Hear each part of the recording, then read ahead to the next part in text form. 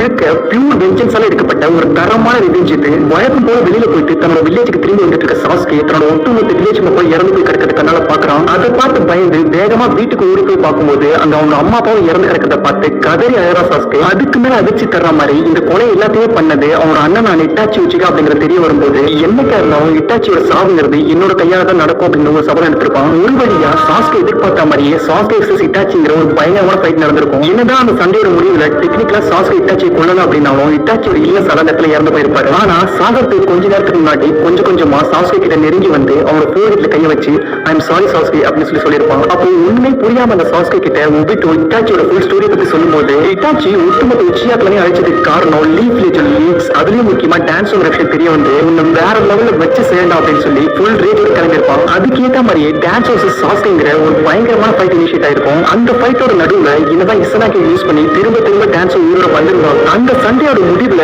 Dance உயிருக்கு பயந்து ஓடி வர ஒரு ஃப்ரேம்ல சாஸ்கே டான்ஸ் உயிருக்கு பின்னாடி இருந்து சும்மா வில்லத்தனமா சிரிச்சுக்கிட்டே வெளியில வருவான் பாருங்க. சும்மா வெறித்தனமா இருந்திருக்கும் அந்த சீனு.